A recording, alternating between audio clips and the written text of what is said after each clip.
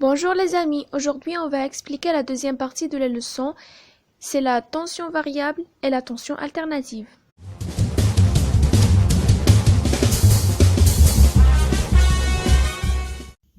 Alors, tension variable.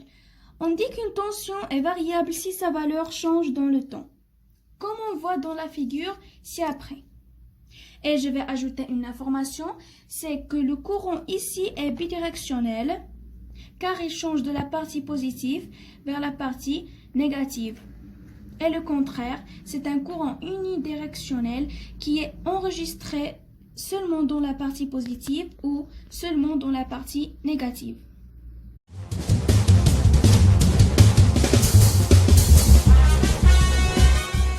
Alors, la tension alternative.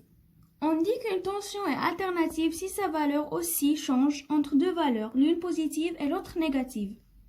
Et ce qui nous concerne dans le tronc commun scientifique, c'est la tension alternative sinusoïdale, comme on voit dans la figure ci-après.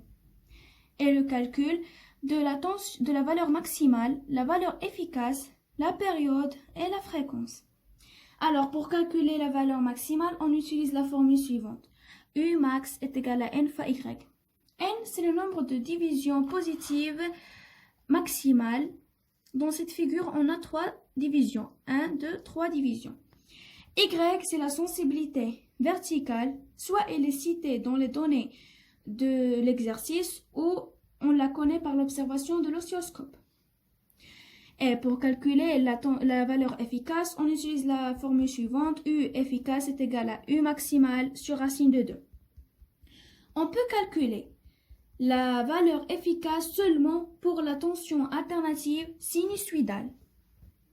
Alors, pour calculer la période, on utilise la formule suivante. T est égal à N fois S.